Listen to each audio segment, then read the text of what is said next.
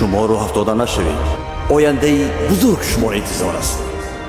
شما نه تنها در تاجیکستان، در تمام جهان نام میبرید.